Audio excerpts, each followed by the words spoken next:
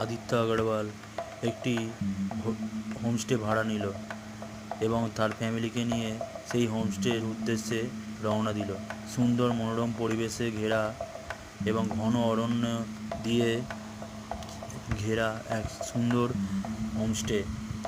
সেই হোমস্টেতে তারা যখন পৌঁছালো এবং তার সুন্দরতা দেখে তারা খুবই আনন্দিত হলো। সেই হোমস্টের মালিক ছিল একজন বুড়ি ভদ্রমহিলা। তার সঙ্গে তার মেয়ে মিলির খুব সুন্দর বন্ধুত্ব হয়ে উঠল। সুন্দর সাজানো আর গোছানো ঘর দেখে আদিত্যর ওয়াইফ ঝর্ণার মন ভরে গেল।